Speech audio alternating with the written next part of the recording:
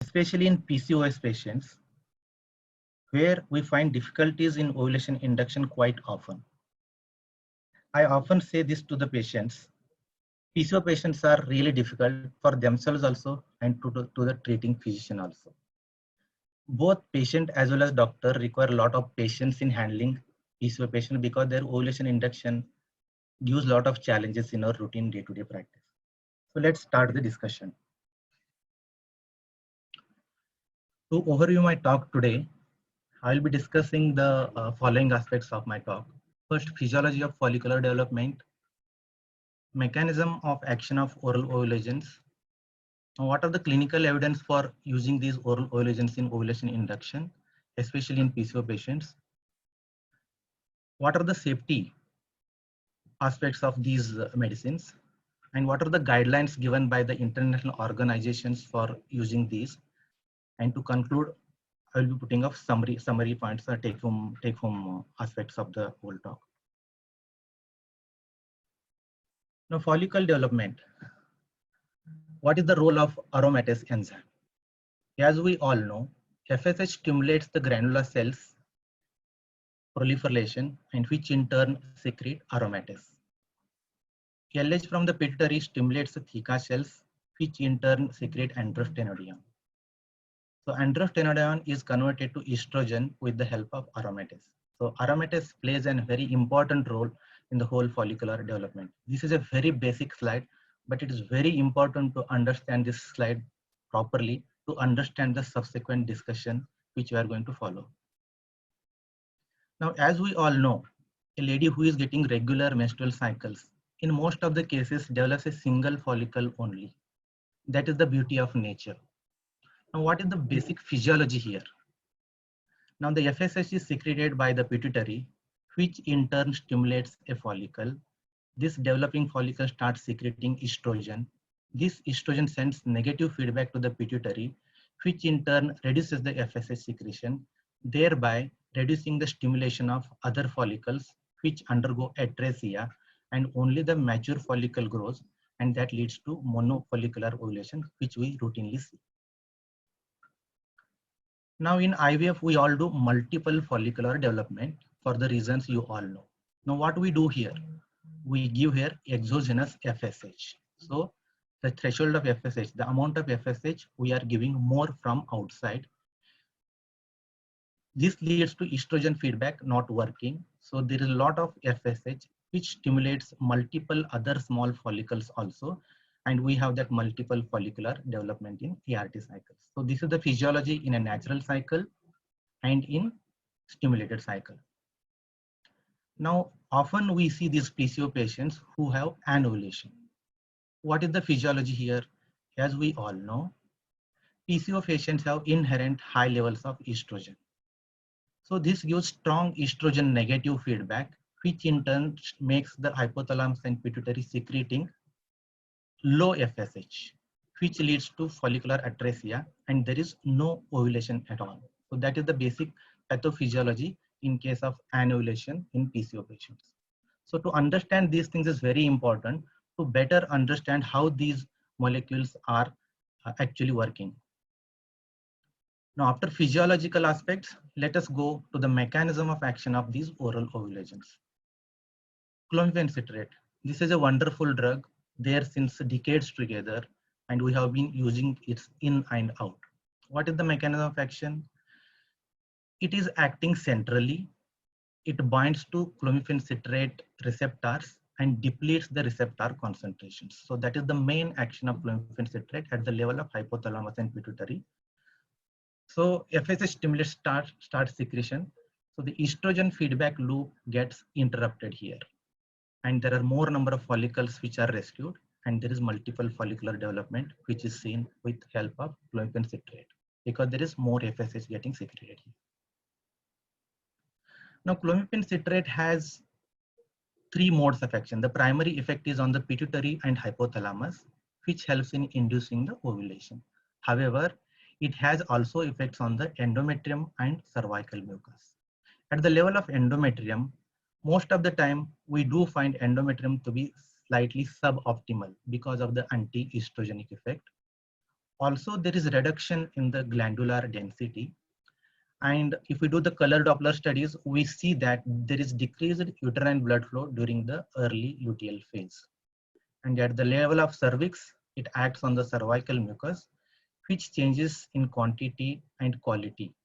So it is a good ovulation inducing drug, but it comes with effect of reduced pregnancy rate and also increased miscarriage rate. So these are the findings which we will be seeing in the subsequent scientific literature which I have taken for today's discussion. Now, often we see almost around 20 to 25% of the anovulatory women are CC resistant. Now, what is this CC resistant and CC failure? We are giving clomiphene citrate to a patient and we try maximum 6 cycles of clomiphene citrate. In spite of that, patient is not ovulating. This patient is designated as CC resistant. There are some patients who are CC failure. Now, what is this group? This is a group consisting of CC resistant patients plus women who ovulate but do not get pregnant, or they get pregnant but they end up in miscarriage. So these two terminologies are important because we'll be using them quite often during our subsequent discussion. Now coming to slightly newer molecule, letrozole. Letrozole is a third generation aromatase inhibitor. It is non-steroidal, quite potent, and it is selective. The first study was in 2001 by Mitwally and Casper, which was published in Fertility and Sterility. So it's quite a old drug, 2001. It has come a long way. So what is the mechanism of action of letrozole? So letrozole inhibits aromatase in the ovaries and peripheral tissues, reducing the estrogen levels. So letrozole is peripherally acting, clomiphene citrate is centrally acting. So the negative feedback being active stimulates the hypothalamus pituitary axis to secrete more GnRH and FSH. So this FSH stimulation stimulates the follicle here, but the rising levels of estrogen from this developing follicle will have impact negative feedback on the hypothalamus, and thereby a single follicle develops here. So letrozole has a good effect with respect to single follicular development. Now we have understood the mechanism of action of these two molecules, clomiphene citrate and letrozole, in our routine practice, which we use them often. So I will be presenting some important studies. There are n number of studies, but I have selected some of them which are quite good studies. The first one being concept study. Now this is a study which was published in Fertility Sterility in 2001, long back, almost 19-20 years back. And the use of an aromatase inhibitor for induction of ovulation in patients with an inadequate response to clomiphene citrate. So it was a prospective trial in infertility patients who were treated with clomiphene citrate. And there were total 22 number of patients, out of which 12 were PCO and 10 with ovulatory infertility. Dr. Sanjeev, can you hold minute for a minute? Yeah. A couple of people are sending the message that they are not able to record the audio and they are advising me to unmute all, which is not possible. Okay. If I unmute all, then a lot of background disturbance will not allow us to, hear the talk. So it's unmuting is never possible. Anyway, I am recording audio and video. So I will be, as usual, I will be providing the link. And from there, you can download or you can hear whatever you want to do. You want me to do something from my end? No, nothing. I am audible to you. No, that is fine because I have unmuted you. Okay. So this is for others. They are sending me the message and they are requesting me to unmute everyone. Everyone unmuting is not possible. So please pay attention on the presentation and what he speaks. And the rest of the things are going to be recorded and the link will be provided. So please do not worry. Please concentrate on the talk. That's all. Yeah. So this concept study is one of the very earliest study with respect to letrozole and clomiphene citrate. So here they selected around 22 patients, 12 with PCOS and 10 with ovulatory infertility. And most of these patients were treated with CC with inadequate outcome. So letrozole was given 2.5 milligram once daily from day 3 to day 7. And the primary outcome measures they measured were the ovulation, the endometrial thickness, and the pregnancy rates. So in two groups, they assessed the study, non-ovulating patients. There were 12 women with anovulatory PCO, and they required 18 cycles with clomiphene citrate, out of which 8 cycles with ovulation. 44% was the ovulation rate with respect to clomiphene citrate, and there were 10 cycles which were anovulatory, and there was no pregnancy. So these patients were subsequently given letrozole, and what they found out was 75% of the patients had ovulation, and the pregnancy rate was 25%. So the patients which were not conceiving clomiphene citrate, they conceived with letrozole. Similarly, for ovulating patients, there were 10 women with ovulatory infertility, total 15 cycles of CC. All patients ovulated, but there were no pregnancies. And the same patients, when given letrozole, we could see ovulation in all the patients, along with one pregnancy, amounting to 10% of pregnancy chances. So they compared the endometrial thickness and E2 levels in both the groups, patients with anovulatory PCOS and treatment patients with ovulatory patients. So what they could find out was the endometrial thickness was much better in both the groups compared to clomiphene citrate. And also E2 levels were on the lesser side when you compare with the CC treatment, showing that letrozole has monofollicular development, and it also tends to low E2 levels. I'm going to talk little bit in detail at the end what is my experience of using letrozole in IVF. I will tell about these E2 levels and all that time. So they concluded that oral administration of the aromatase inhibitor letrozole is effective for ovulation induction in anovulatory infertility and for increased follicle recruitment in ovulatory infertility. So the letrozole appears to avoid the unfavorable effects on the endometrium frequently seen with anti-estrogen use for ovulation induction. Now let us go for some recent clinical evidence from 2012 till 2017.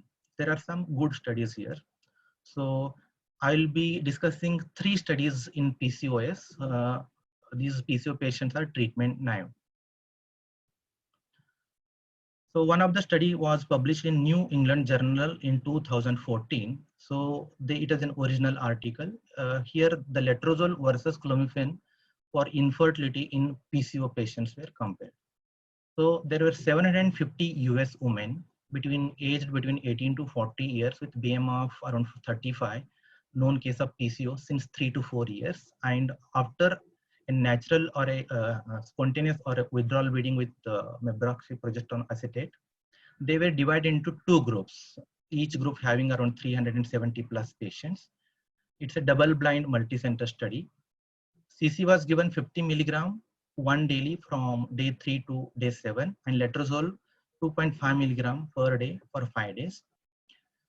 And they followed these patients up to 5 cycles, and the dose was increased in subsequent cycles in non-responders up to maximum of 50 milligram CC 3 times a day, and letrozole 2.5 milligram 3 times a day. The efficacy variables they studied were primary was live birth rate, and secondary variables were ovulation, singleton pregnancy, pregnancy loss, congenital anomalies. Now this is an important slide. All of you please concentrate here. When they took all patients in consideration, letrozole showed that the live birth rate was 27% as against 19% of clomiphene citrate. Now again they divided these patients depending on the BMI. BMI less than 30, BMI between 30 to 39, and BMI between more than 39. In these 2 groups where the BMI is more, what they found was letrozole was giving much higher live birth rates compared to clomiphene citrate. Clomiphene citrate was giving in the range of 10%, whereas letrozole 20 plus.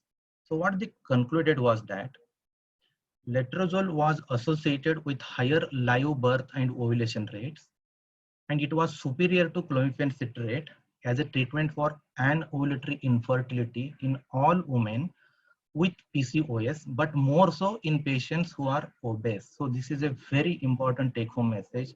If we routinely see a lot of PCO obese patients, so we should consider letrozole as the primary drug of choice in these patients. This is one more Indian study which was published in 2012 in Arch Gynecological Obstetrics by Kolkata group, Dr. Banerjee and all. So there are 147 PCO patients here, and it was randomized in open level between two groups, both groups having around 70 patients each.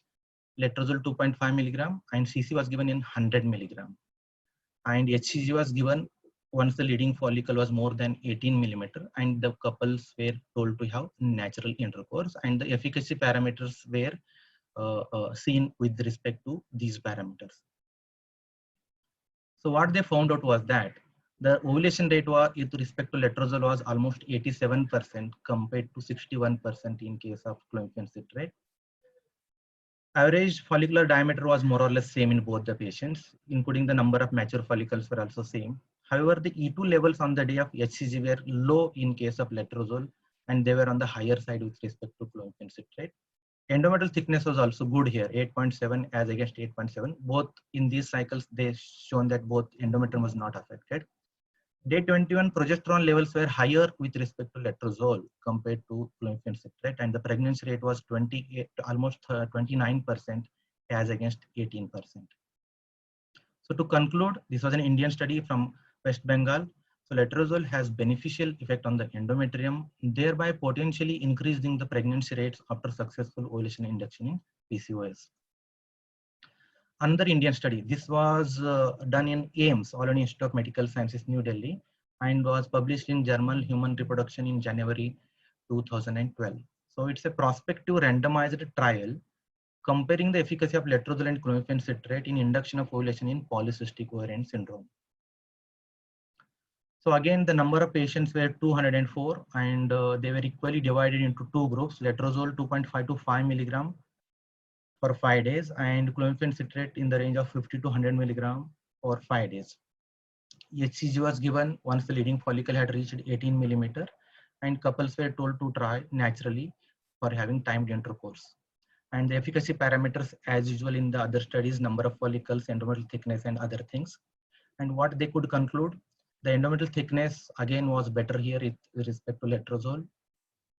E2s slightly on the lower side with respect to letrozole. Ovulation rate was 66% with letrozole and CC7. So in this study, they could find the ovulation rate to be similar.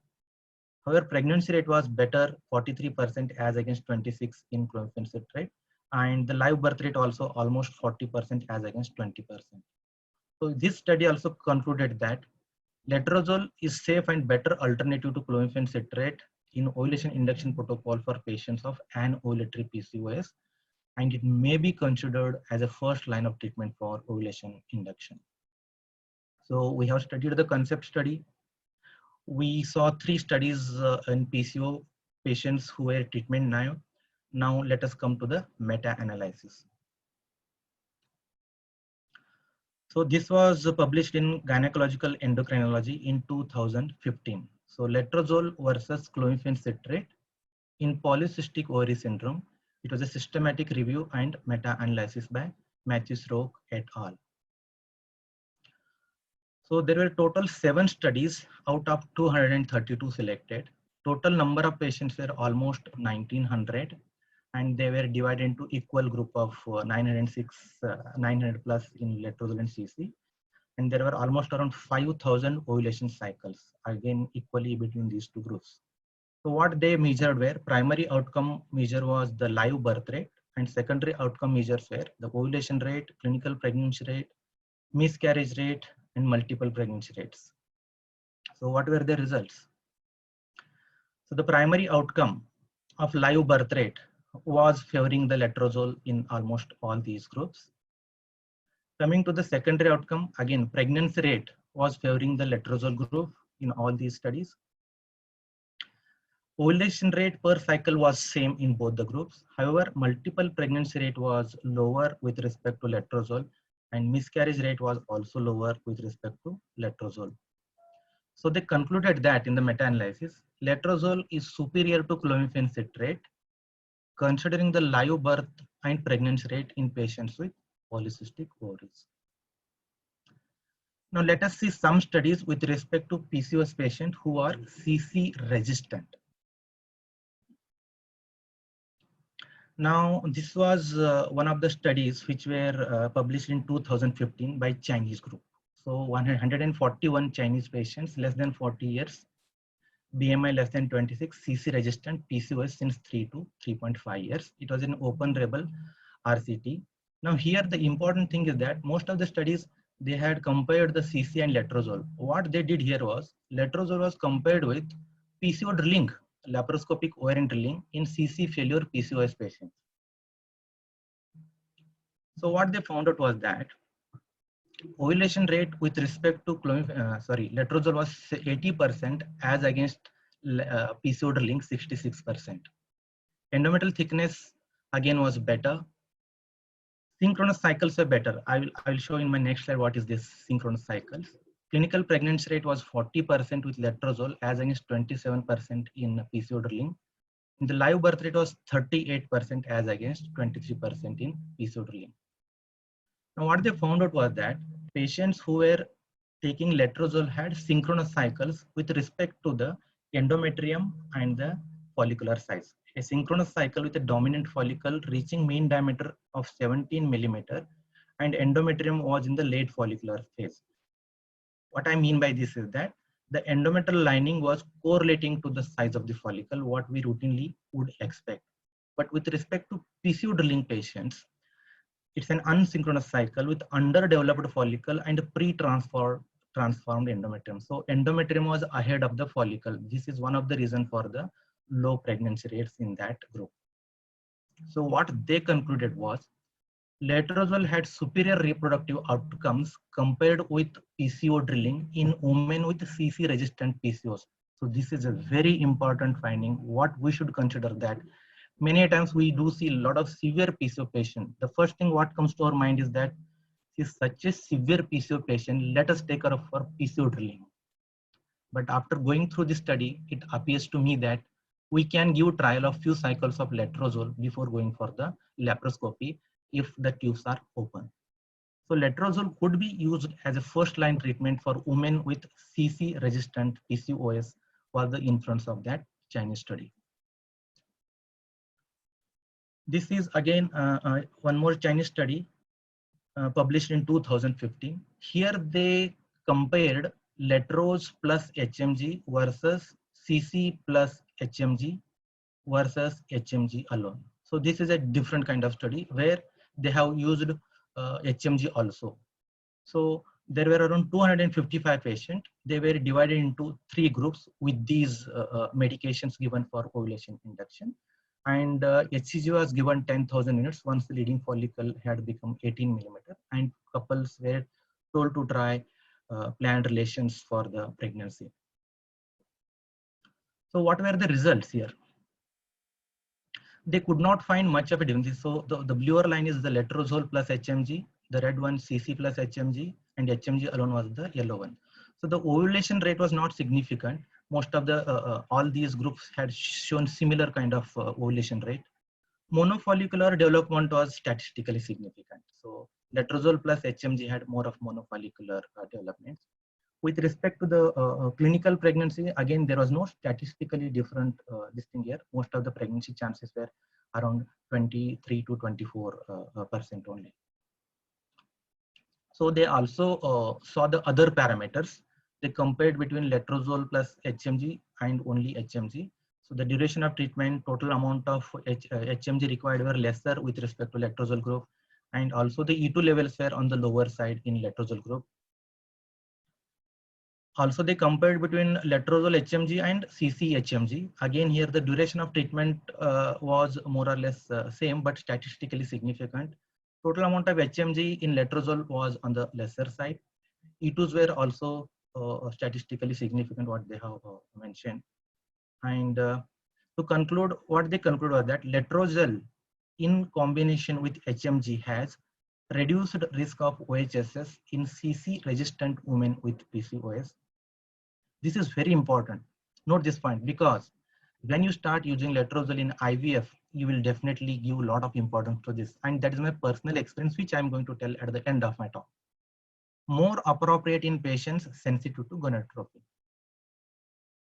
So we have gone through these scientific studies. Now let us see the safety studies, because letrozole was withdrawn from the Indian market for these safety studies only. But once we go through these safety studies, we realize that that factor is not important at all. So coming to the safety. So this was published in Fertility Sterility in 2006. So congenital malformations among 911 newborns conceived after infertility treatment with letrozole or clomiphene citrate. So they compared these two molecules with respect to congenital malformations. So total 911 babies born between 2001 to 5. Women underwent ovulation induction for timed intercourse or IUI, and either they received letrozole or CC for 5 days from day 3 to day 7. Total number of newborns born with letrozole were around 514, with clomiphene citrate almost around 400. And out of these, some had received only letrozole and some had received letrozole plus FSH. Similarly, CC and CC plus FSH. And the analysis points discussed were congenital malformation, deformations, and chromosomal abnormalities. What they found? They compared these things. Sorry. So the number of newborns born with major malformation, the red bars are letrozole and the blue ones are clomiphene citrate. So you can see the comparison here, and also percent of newborns with malformations. So total malformations, when we take into account, 2.4 versus 4.8%. Major malformations 1.2 letrozole as against 3% with CC.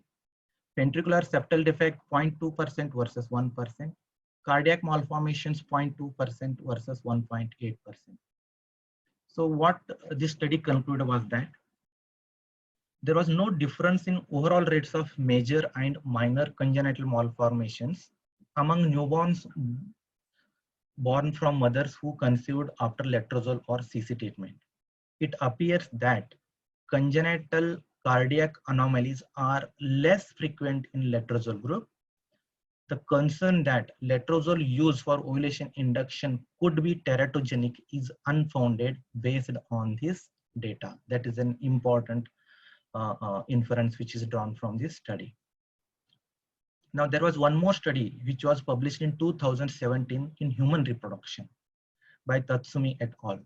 So what they concluded was that there was no increased risk of major congenital anomalies or adverse pregnancy or neonatal outcomes. So this is a study which is not concentrating only on the congenital anomalies, but they are also concentrating on miscarriage rate, ectopic pregnancy rate, stillbirth. So they compared the outcomes with respect to pregnancy outcomes, neonatal outcomes, and congenital anomalies. So that is quite a big study comparing a lot of factors. So with respect to pregnancy outcomes, they compared miscarriage, ectopic pregnancy, stillbirth. With respect to neonatal outcome, preterm delivery, low birth weight, and small or large for gestational age. And with respect to congenital anomalies, they divided these into two groups, major and minor. So what was the outcome of this study? So the risk of miscarriage was significantly lower in letrozole group, 26% in natural cycle versus 12% in letrozole. Other parameters were also seen here. So miscarriage rate, we have just discussed this. Ectopic pregnancy rate was 22% as against 1% in letrozole group. Pregnancy termination before 22 weeks of gestation was again lower in case of letrozole. Stillbirth rate after 22 weeks gestation was again lower with respect to letrozole. And the live birth rate was 87% as against 72% in natural cycle. Again, they compared the neonatal outcomes with respect to the weeks at delivery, birth weight, and all those things. Congenital anomalies were also studied with respect to chromosomal, cardiovascular, musculoskeletal, or any major or minor anomalies. And what they concluded, letrozole stimulation reduces the risk of miscarriage, important factor. Also, there is no increase in the risk of major congenital anomalies, no adverse pregnancy outcomes, no adverse neonatal outcomes. So letrozole can be considered as a safer option for mild ovarian stimulation. So this is an important study because they did not study only the anomalies, congenital anomalies. They also saw the effect, are there any adverse effects on the pregnancy outcomes or on the neonatal outcomes. So this is one of the studies, Indian study. It is the first study of such a kind in the Asian subcontinent, which was published in 2014 in PLS1. So congenital malformation among babies born following letrozole or clomiphene for infertility treatment. And again, they saw here only the congenital abnormalities with respect to the letrozole use. So natural group, letrozole group, and CC group. And what they could see was that the malformations or abnormalities are more or less similar in all these groups. So what they concluded was that congenital malformations found to be comparable following natural conception, letrozole, and clomiphene citrate. Undue fear against letrozole may be uncalled for. So we have studied all these study aspects. So come to summarize these safety studies. 2006, Tulandi et al. Infertility sterility. The patient population was women undergoing ovulation induction or so for timed intercourse or IUI, 911 patients. And what they concluded? No difference in overall rates of major or congenital malformations among patients whose mother conceived after letrozole or CC treatments. Human reproduction, Tatsumi et al. We have seen this study already. Sharma et al. 2014, infertile women who conceived naturally or undergoing ovulation induction found to be comparable following natural conception, letrozole, and CC. Forman et al. In Obstetric Gynecological magazine in 2007, again, no major congenital malformations in this group. Iran Journal Medical Sciences in 2009, in case of PCO patients, no major congenital anomaly in letrozole or in CC, no minor anomalies were observed in both the groups. In 2014, Legro et al. In New England Journal of Medicine, rates of neonatal complications, including anomalies, were comparable between the groups. Overall birth defect rate was similar. Major congenital anomalies, letroz 4, CC1. Banerjee et al. Indian study in 2012, all babies delivered were healthy without any known congenital malformations. Roy KK, again Indian study, Human Journal of Human Reproduction 2012, no congenital malformation in either group. Wu XK in Fertility Sterility 2016, two major congenital anomalies were reported, one in letrozole, another in letrozole HMG combination. So these were the inferences drawn by different authors in different international journals. And the last one, 2517, 2500 plus patients, 2008 publication, no increase of congenital malformations among offsprings of mothers who conceived with letrozole treatment or for infertility. And this study, which was published in 2015, 900 patients, there were no significant differences among groups in frequencies of congenital anomalies or major fetal and neonatal complications. So according to the current evidence, letrozole use does not increase the risk of congenital anomalies in the newborns. So we have completed all these aspects. Now coming for the guidelines for the use of oral ovulations.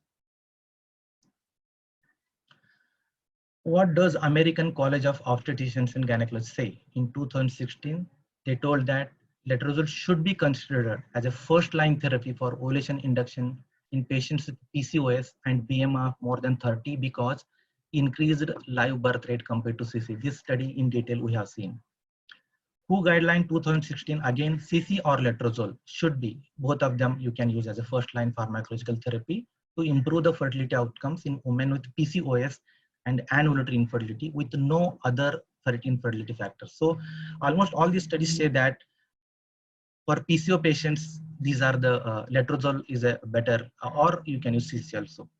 Australian National Health and Medical Research Council guideline 2015, letrozole could be offered as a pharmacological treatment for ovulation indicated for anovulatory infertility with PCOS.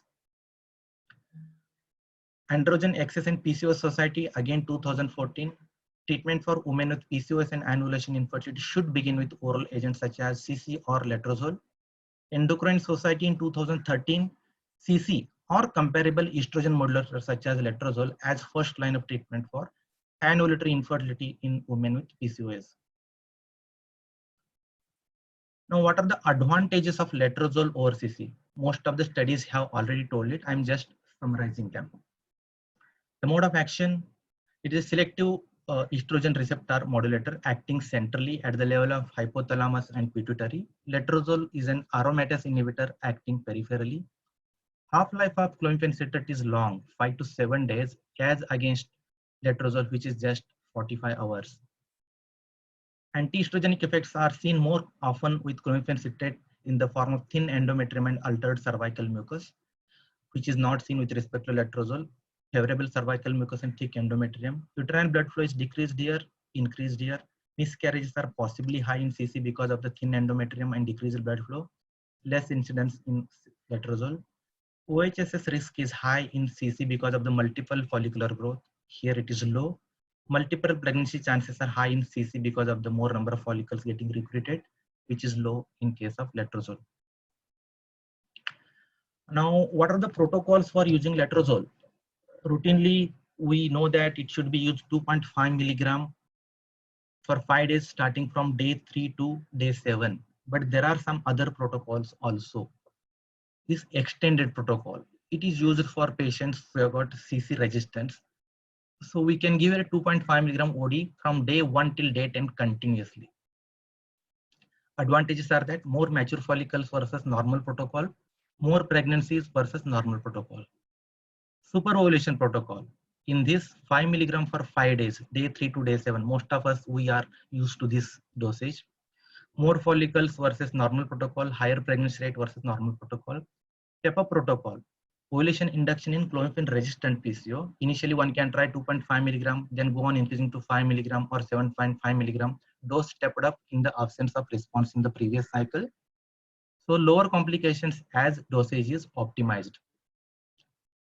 Extended high dose protocol as an adjuvant to gonadotropins in poor responders undergoing IVF ET. So 5 milligram OD for 5 days, followed by 2.5 milligram OD for next 3 days. So total 8 days they are giving here. The advantage of this is cost effective versus normal dose. They require less amount of gonadotropins because of the use of letrozole. Sequential high dose protocol. Here again, PCOS patients undergoing ICSI. Here 10 milligram once daily from day 2 to day 6, and then followed by HMG either 150 or 225 depending on the patient characteristics. So what they found? Improves the pregnancy rate, decreases the HMG dosage, decreases the duration needed for the stimulation. So these are some of the atypical protocols which can also be considered in our group of patients depending on the indication. Coming to the summary of my overall talk and take home message. With respect to letrozole, what we could find from the previous discussion was that better pregnancy outcomes and higher live births compared to CC in PCOS. Effective even in patients with CC resistant PCOS. It reduces the gonadotropin dose and also superior alternative to clomiphene citrate in combined gonadotropin cycles. Monofollicular development and lower multiple pregnancies. No anti-estrogenic effects on the endometrium and cervical mucus. Lower cycle cancellation and risk of hyperstimulation, and safety is established in a lot of clinical studies as was discussed. So this was all about the oral ovulations which I had prepared for the discussion today. I will take just a few minutes about my personal experience of using this letrozole. For most of the PCO patients, I would prefer starting with letrozole 5 milligram from day 3 to day 7. And depending on the response and the selection of follicles, I would like to add HMG, either 75 or 100 or 150 till the leading follicles reach 18 millimeter, and then give the HCG injection, HCG or GnRH depending on the response in combination also, and then one can go for IUIs. In some patients, what I find, I have not read anything about this, but this is my personal experience. There are some CC resistant patients, they are even resistant to letrozole and HMG also. Few examples, you give letrozole 5 milligram from day 3 to day 7, then you add 75 HMG for 3 days, no response. You add 150 units again, see after 3 days, no response. You have given letrozole, you have given HMG for maybe 5 days, 7 days, 8 days, still no response happening. What to do? The only option left at that time is drop the cycle, explain the patient that this cycle is annullatory and we should drop. So in some instances, what I did was that as a trial basis, I stopped the HMG injections and I put the patient again on letrozole 5 milligram for 5 days just to see what is the response. And after 5 days, I saw the patient again, maybe on day 16, 17 or 18, depending on the cycle. And you will be surprised to see that there are 1 or 2 follicles which have grown to 18, 19 millimeter endometrium looking good. And I have given HCG again and I have tried IUI and I have found pregnancies also. I have not found any literature like this, but I have seen it in some patients trying like this and I have found pregnancies also. Now coming to use of letrozole in IVF. I don't know how many of you are following this, but I started using this molecule letrozole in IVF, especially in PCO patients. Now, as most of us are doing IVF treatments regularly, the most important factor on the back of mind of all of us is that ये PCO patient को कैसा stimulate करने का? That itself is a big question mark back of the mind. This is because we are worried about unpredictable response in PCO patients. Either we see low response or we see high response. It is sometimes very difficult to get that in between adequate response. So back of the mind, always it is in our mind that if this patient hyperstimulates, what to do? It is an iatrogenic problem, how to explain it to the patient. Patient has come as a normal individual and she is having this pathology of ovarian hyperstimulation. So what to do? Thinking that in mind, I thought myself how we can try to control it before reading any literature, I'm telling you. So I thought of giving letrozole. So I gave letrozole 5 milligram from day 2 to day 6, day 7. Along with that, I also start HMG or recombinant 150 or 100 units. With this, especially I am using this protocol in most of the donor cycles. What I could find that the rate of follicular growth is better. Follicles are getting ready earlier, day 8, day 9, day 10. Less amount of HMG. Many times after starting with 150, I have reduced to 75 also.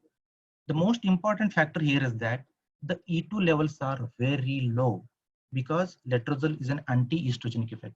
For a patient whom you have started only with HMG or recombinant FSH, you will find E2s in the tone of 6,000, 8,000, 9,000, 10,000. Just seeing those and listening to those reports itself is a frightening to us, this patient will hyperstimulate. But with respect to letrozole, the E2 levels are very low. What I have found is that the E2 levels are in the range of either 200, 300, 600, 700, sometimes just 140, 150. So suddenly what one tends to feel is that since the E2 levels are so low, are we going to get eggs out of this? This was the question which was coming to back of my mind. And you go ahead and do the oocyte retrieval and you will be surprised to know the same number of eggs as you used to get before. And also the follicles getting ready earlier. So E2 levels doesn't correlate if you are using letrozole plus HMG or recombinant FSH. So you should not go by that report of low E2. Sometimes we feel that I'm treating this patient. There are all the records in the file. The E2 level is just 150, 200, and you have done an IVF cycle. This patient goes to somebody else and show this file. That doctor would laugh at you. This doctor has done IVF oocyte retrieval with an E2 of 150 or 200. But the person who is seeing that if he sees letrozole was given, then hopefully there should be no problem. But if you are convinced with your own confidence level, you should not worry about that. So I find letrozole to be a very good drug to be used along with the ovulation induction, especially in patients with polycystic ovaries, because it helps in reducing the E2 levels. It also helps in reducing the ovarian hyperstimulation. I have also used letrozole in normal responders. But only thing what you should remember is that ideally, preferably you treat these pre-treatment either with small days course of clomiphene citrate or estradiol valerate such that the ovaries are adequately suppressed, and once you start the stimulation, all the follicles would start in the same rate. So there is no asynchrony in the rate of growth of follicles.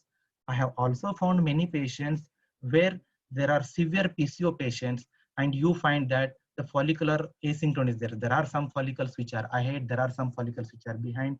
Hardly there are 4 or 5 follicles which are growing. In spite of that, I have gone ahead and done the oocyte retrieval.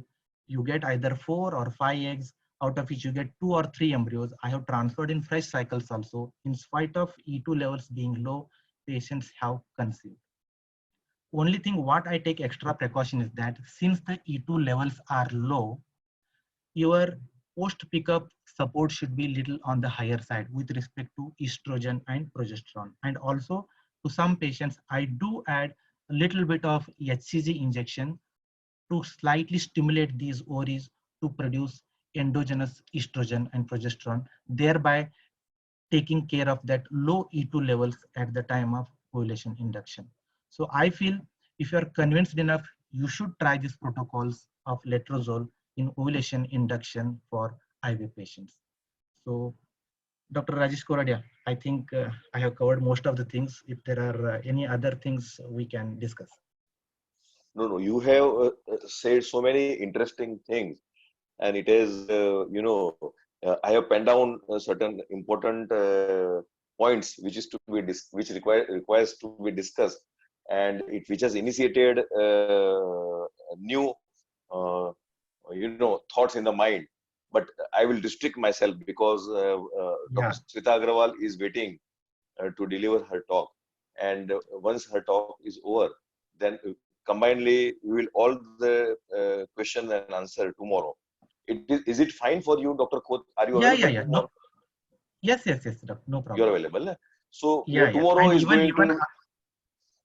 tomorrow is going to be a very important day for discussion. A lot of interesting things we are jointly going to discuss. So those who are here, please do not miss tomorrow's discussion, because it is going to initiate a new thought-provoking question and answer, and let us see.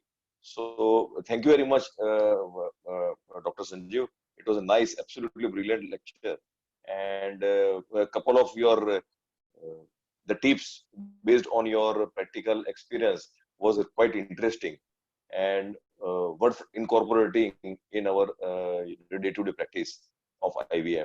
Thank you so much. And I'm waiting for you to be there tomorrow also. Yes, doctor. Sure. Okay. Thank you so much. Thank you, boss. Yeah.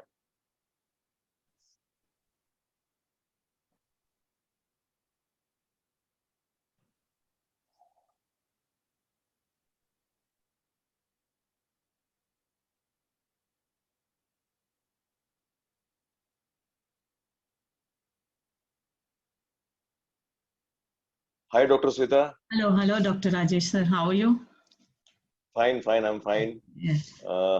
So earlier at the beginning of our discussion, only I introduced you. Still, I will request you to introduce yourself, and you can begin your presentation. Okay. Thank you, sir. It's been really nice to be associated with this group, sir. Very nice. So I cannot share the screen, sir. I think the other Dr. Khote has to come out. Yeah. Okay. So just while we are doing that, I am Dr. Sweta Agarwal. I am from Hyderabad. I am an IVF specialist at my center, Southern Gem Hospital.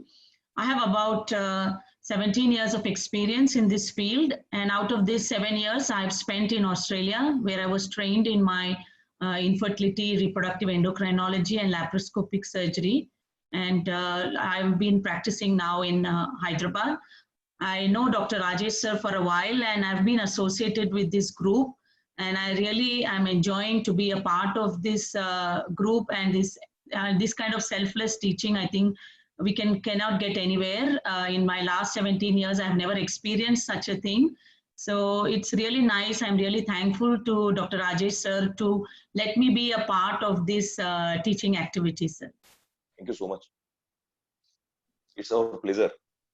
Thank you, sir. So like Dr. Sanjeev has really covered in depth the basic physiology of ovulation and in detail, and he's very nicely explained all the oral ovulation induction drugs. So basically, I will be covering more about what could be the role of gonadotrophins in the IUI cycles. So as we know that lots of evidence have come up which shows that stimulated cycles in IUI will give us better response than the unstimulated cycles. So whether it's oral ovulation induction drugs or gonadotrophins, whatever we use for our stimulation, it's going to definitely give us a better chances of pregnancy. So in my talk, I would cover mainly the gonadotrophins and then what is the role of agonist and the antagonist in the IUI cycles. What does the evidence say? Dr. Sweta. Yes, sir. Dr. Sanjeev has not covered tamoxifen. Okay. So if you can include tamoxifen, it will be very nice of you. Okay, okay, sure, sir.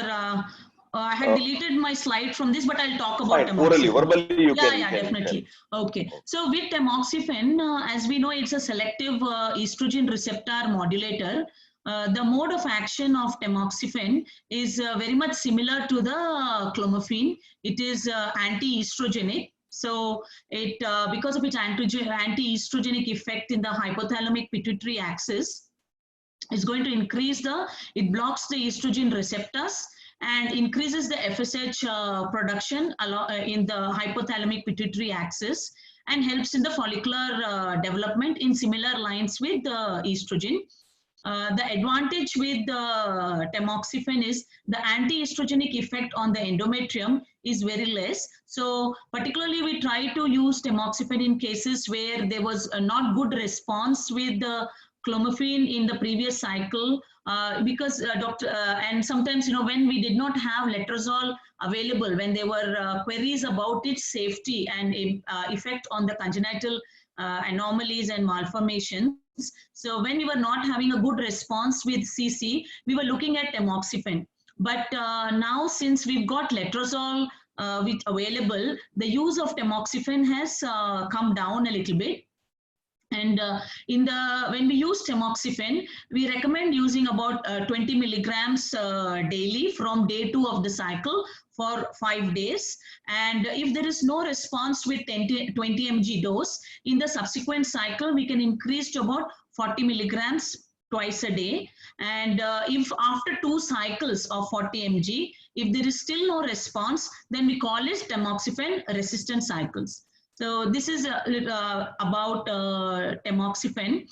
And coming back to my talk, so what is the aim of our stimulation? So whenever we are looking at doing any kind of ovarian stimulation, the aim is one, in patients who are not ovulating. In anovulatory patients, the patients which belong to the WHO group 2, which are anovulatory, particularly the PCO patients, the aim is to stimulate the development on growth of 2 to 3 follicles in these patients.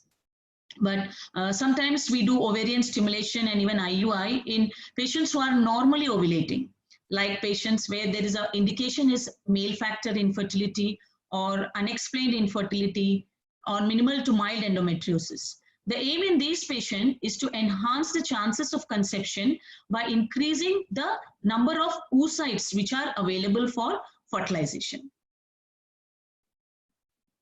So whenever we are choosing any agent for ovarian stimulation, we have to balance the pregnancy rate versus the side effect of this medication. So the various factors which we have to take into consideration are chances of pregnancy without treatment in couples which are having younger female partners and shorter duration of subfertility. So there was a very nice paper on the guidelines which was published in 2009, in which they compared patients who were on FSH and IUI as opposed to patients who were not given any treatment.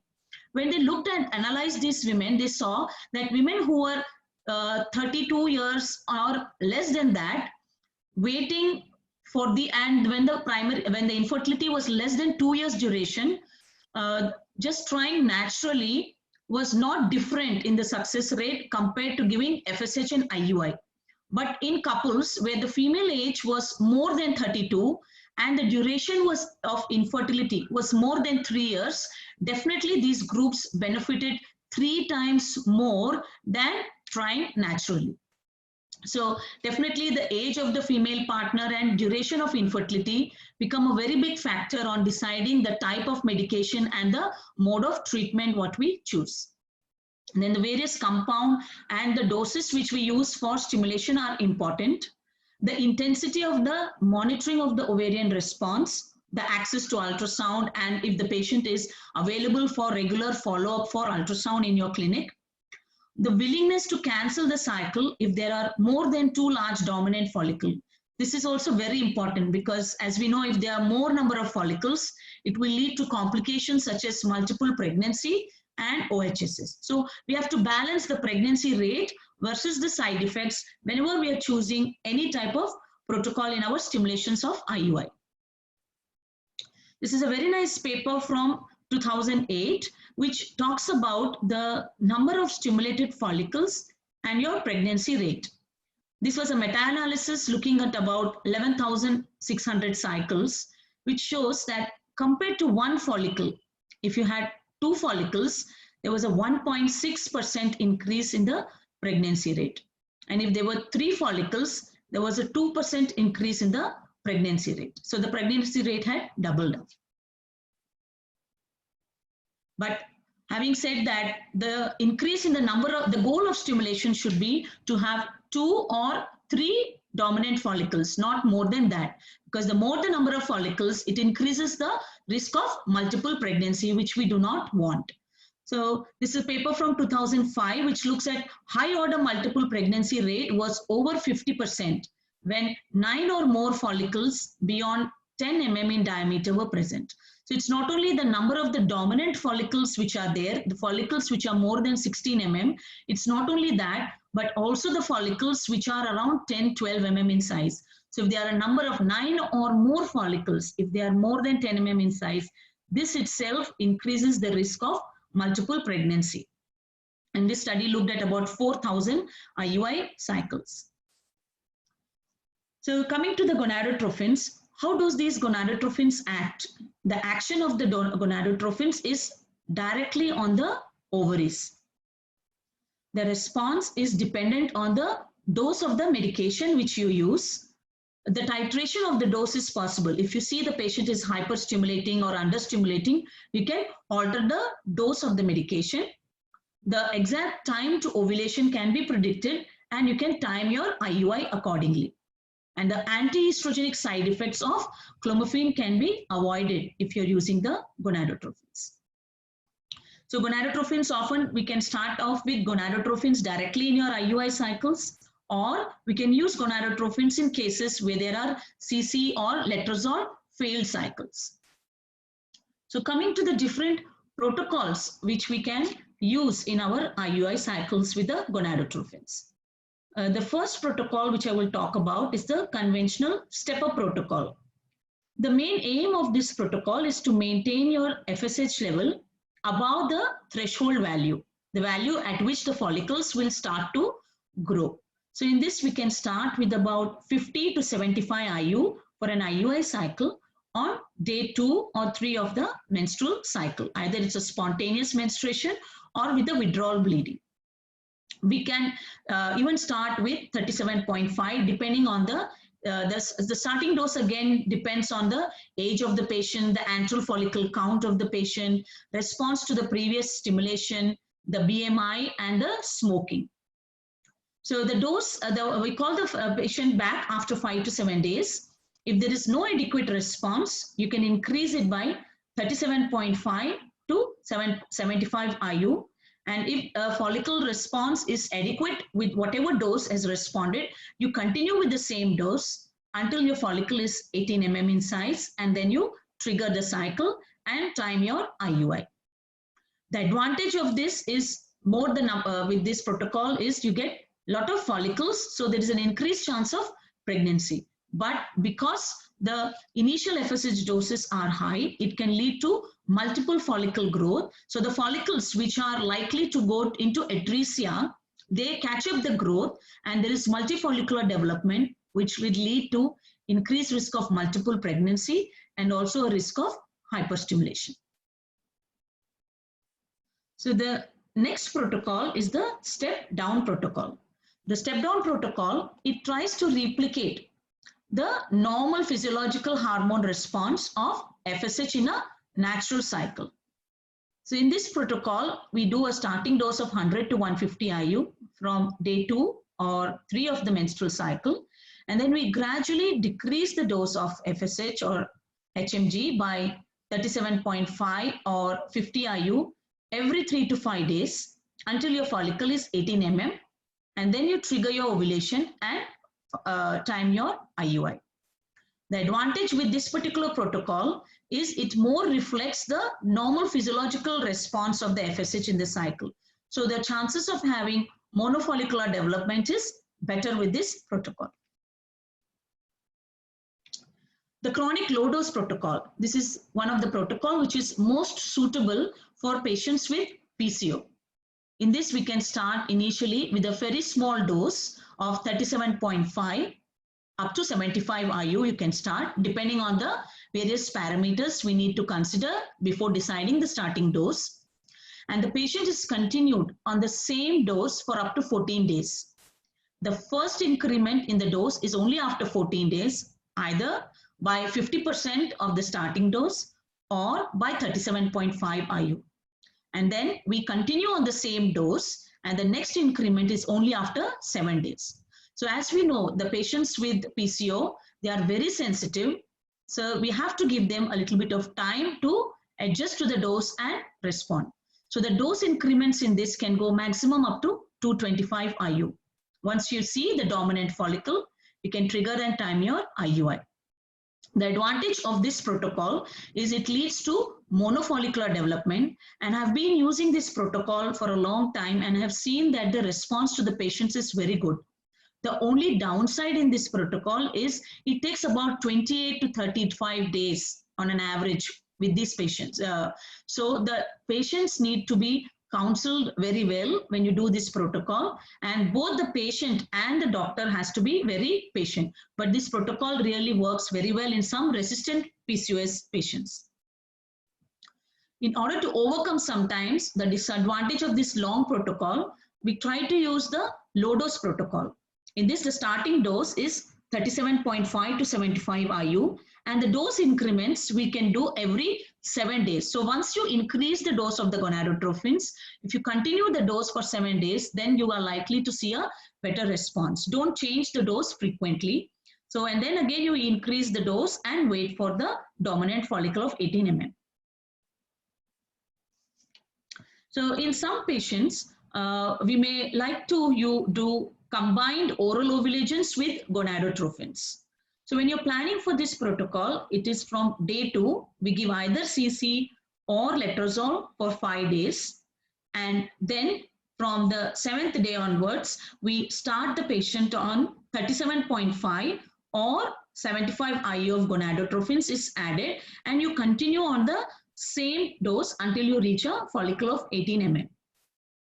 So the only advantage of using these oral ovulagens and gonadotrophins, the combined protocol, is you're going to reduce the dose of the gonadotrophins, and the cycle is a little bit more cost effective.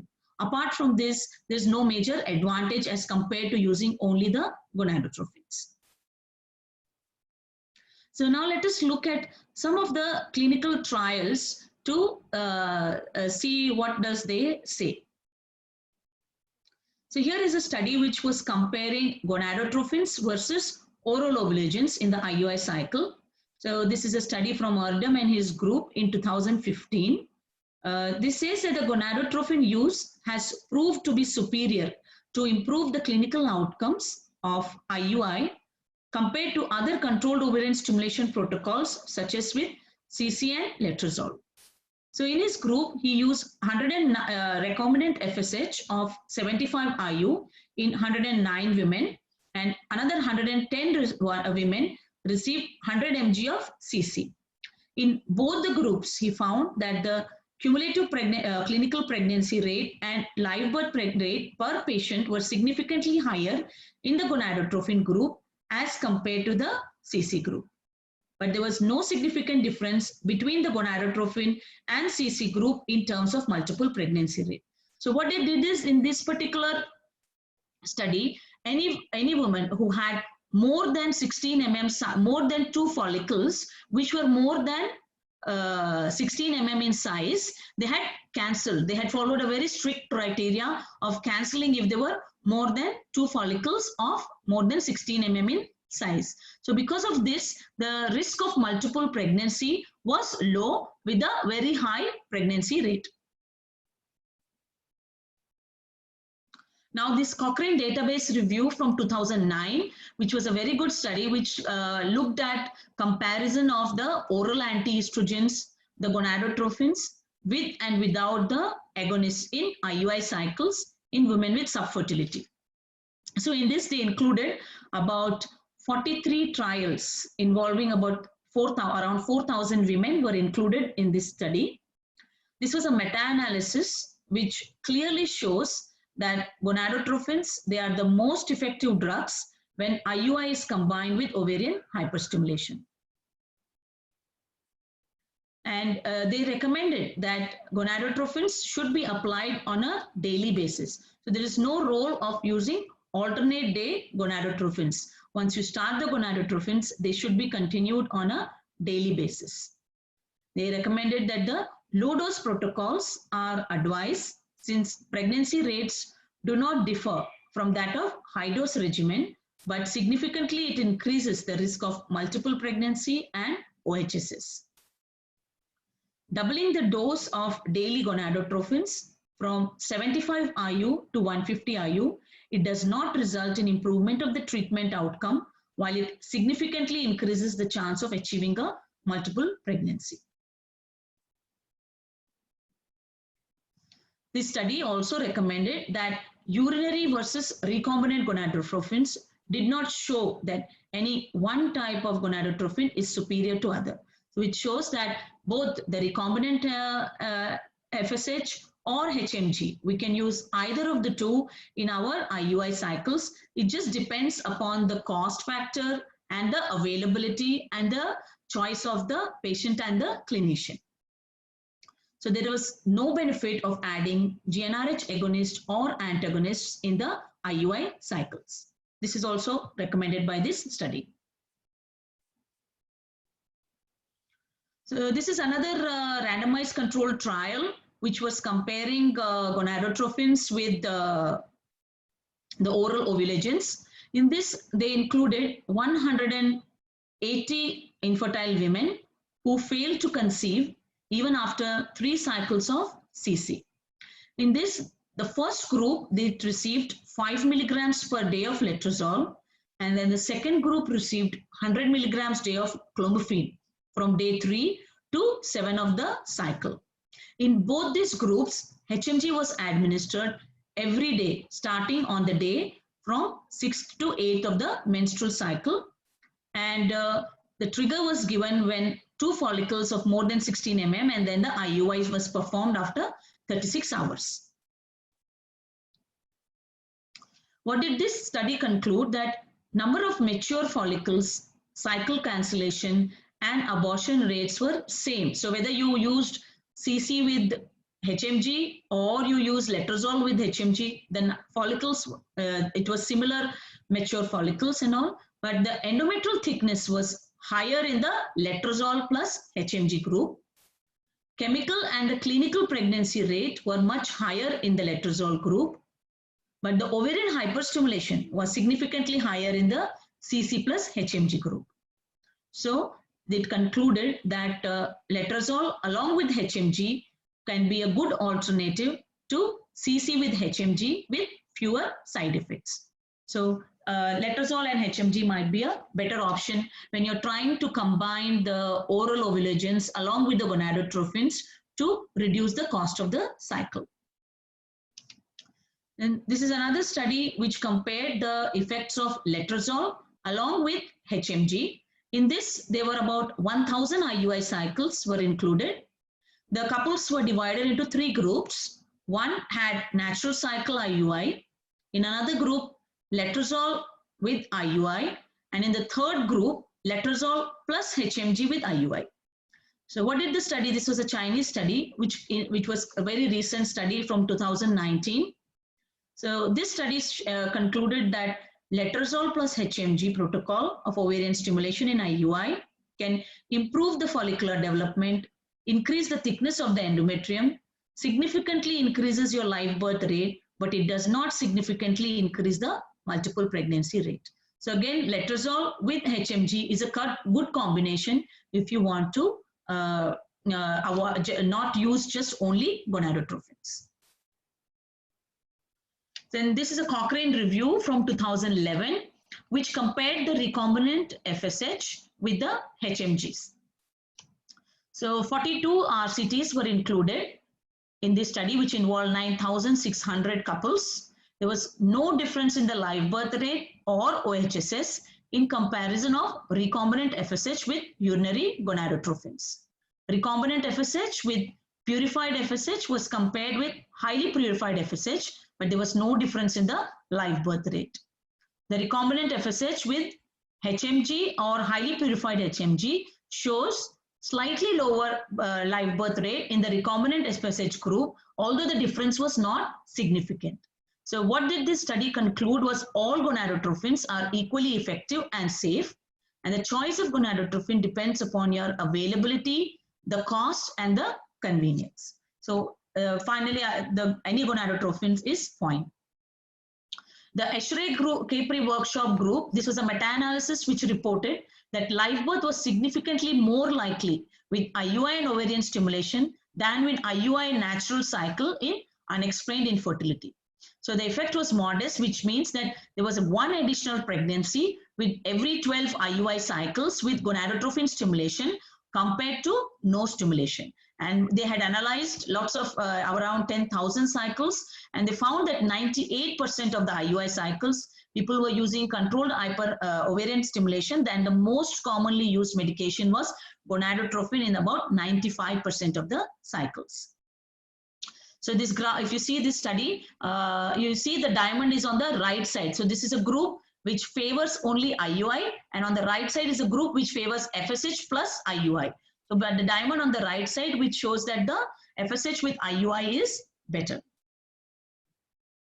And then this Omblet and his group in 2014 again showed that mild ovarian hyperstimulation in combination with IUI should be applied in women with unexplained or mild male factor subfertility and in couples with minimal to mild endometriosis. So whenever ovarian hyperstimulation is applied, one should strive for 2 follicles with milder stimulation of 50 to 75 IU per day. And again, gonadotrophins are the first drug of choice.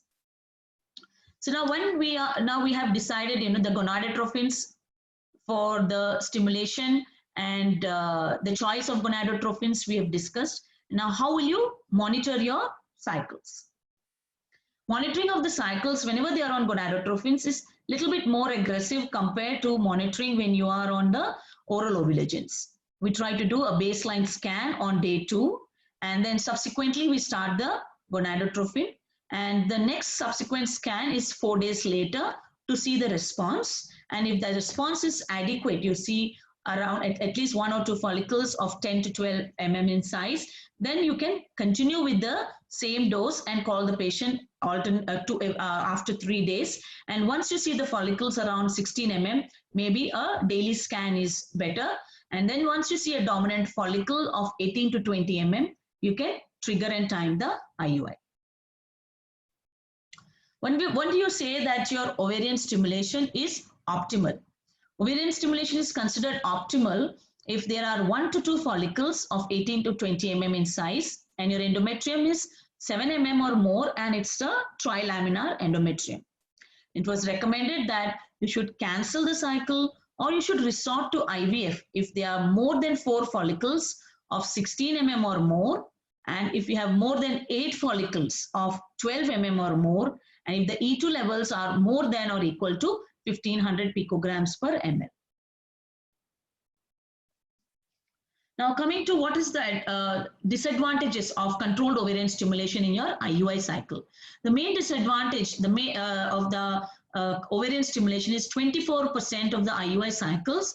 There is a premature LH surge, which is a complication of this stimulated cycles. So because of multifollicular recruitment, which happens during this ovulation induction, there is an increased E2, and increasing levels of E2 is sensed by the hypothalamus, which induces an LH surge even when the follicles are still growing. They have not reached the mature follicle size. So even when they are small, the LH surge starts to happen. And this premature luteinization is associated with a less favorable outcome.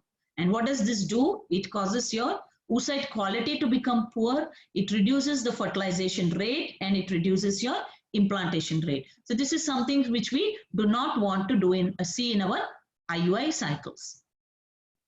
So people started using a lot of GnRH antagonists in their cycles of IUI to reduce the risk of premature LH surge. But in 2009, the Eschrey-Capri workshop, it saw about 7 RCTs were compared in which they had used FSH and IUI compared to antagonist with FSH and IUI. So ongoing pregnancy rate was only 5% more with the use of antagonist, which means you need to treat about 20 cycles with GnRH antagonist in order to achieve 1 extra pregnancy. So this is something which we don't, this becomes very costly.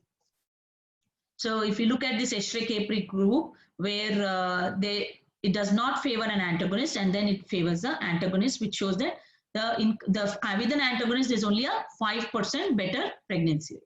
So GnRH antagonists, it seemed promising in the beginning, but they are not cost effective in IUI programs. So the addition of GnRH antagonists in IUI cycles with mild ovarian hyperstimulation, it does not significantly increase the live birth rate. So this is a study from 2011 in Human Reproduction. So we do not recommend that the GnRH antagonist should be used as a routine in your IUI cycle, but very rare, only in some cases like older women who have very short follicular phase, or young women with reduced ovarian reserve. So these women have increased risk of premature luteinization because of the shorter follicular phase. When you see around a 16 mm size follicle, we can give 1 or 2 doses of antagonists just to help to get over those 2 to 3 days. And another indication is the avoiding your IUIs on the weekend. So if you're using just 2 or 3 doses of antagonists, it will not increase your cost very high. So it's not routinely recommended. Sometimes you can try in these patients. And then what is the role of agonists in the IUI cycles? So the agonists, they don't have no role in the IUI programs because they increase the cost of the treatment tremendously. And as we know, in the agonist, we have to start from day 21 of the previous cycle. So the number of days of injections and all is going to be very long, and it's going to be very poor compliance with the patients. So use of GnRH agonist results in more aggressive stimulation protocols, and with agonists, there's very high multiple pregnancy rate. So agonists are not at all recommended in the IUI cycles. So now to conclude my talk, I would say there is evidence to say that there is a significant increase in your pregnancy rate whenever you combine your ovarian stimulation with IUI in patients with either PCO or unexplained infertility or male factor infertility or with endometriosis. Compared to your oral ovulogins, gonadotrophins will give you a higher pregnancy rate, but use of gonadotrophin significantly increases your cost of treatment and the risk of multiple pregnancy and OHSS. But if you have strict protocols where you go for only 2 or 3 follicles, and when you have more number of follicles, if you are able to cancel the cycle, then the side effects of gonadotrophins will be under control. In cases when there is a cost which is a concern, it's a good idea to combine oral agents with gonadotrophins. And I did not, there was one study which I didn't include in my slides, but it compared the letrozole step-up protocol, which Dr. Sanjay talked about, in which you're giving the letrozole in an increasing dose. We are giving 2.5 on the day 1, 5 on the day 2, 7.5 on the day 3, and 10 on the day 4. So they compared this step-up dose of letrozole with gonadotropins. So they found that the pregnancy rates were comparable in the step-up protocol of letrozole and as compared to gonadotropin. So when cost is a concern, again, we can think about using letrozole step-up protocol instead of using the gonadotropins. And again, the goal of stimulation should be to get 2 to 3 dominant follicles, and mild ovarian hyperstimulation with 50 to 75 IU of FSH per day in combination with strict cancellation criteria. And both the agonist and antagonist, they are not very cost effective in our ovarian stimulation and IUI protocol. And with the dose, again, as we said, we have to just compare the various parameters when you start the dose of gonadotropins. And both the REC-FSH and HMG, they are both equally effective in the IUI cycles. Thank you. Thank you very much, Dr. Sweta. It was a wonderful lecture, and you have covered almost all practical aspects. Hello. Yes, sir. Yes, yeah, I'm with you, sir. Yes, sir. But unfortunately, our crowd is such, they want a perfect practical tips and perfect take-home messages. Yes, that what they are supposed to do. So tomorrow, be ready to answer a very practical questions. Yes, and tomorrow with Dr. Sanjeev Khote and yourself, we will try hard to conclude what exactly to be done when a case of unexplained fertility for time intercourse, unexplained fertility with IUI, PCOS with time intercourse, PCOS with IUI. So what is to be given, and when gonadotropin to be used, when not to be used. Besides that, we are going to suggest them a universal protocol. For time intercourse, you start in all cases like this, and on IUI, you should manipulate in such a way to get the best result. We will try hard to conclude and give the take-home message tomorrow. Yes, definitely, sir.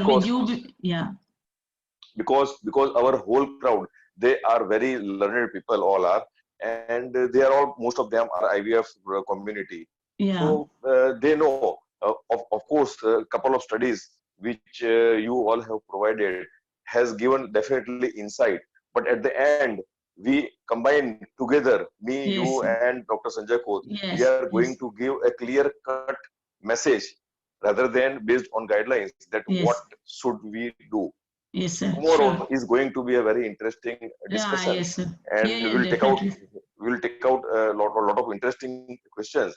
And I request all the participants to note down the questions, and if they want to put in the verdict group, that's fine. Even if they do not want to put in verdict group, that's fine. But tomorrow, be present and listen carefully. Surely we are going to come out with something which is definitely you may not be knowing. I'm sure, and which can be definitely helpful to all of you.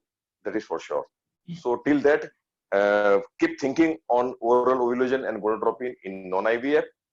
Try to take out the questions.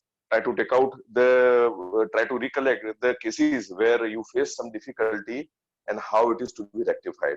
So tomorrow is going to be a practical discussion on non-IVF stimulation. Thank you all for being with us. Thank you, Dr. Sweta. Thank you, Dr. Sanjeev Khote. And tomorrow we are going to meet again at the same time, 3 o'clock for question answer session. Okay, sir. Okay, Thank you so much. Thank you. Thank you, sir. Thank you. Thank you.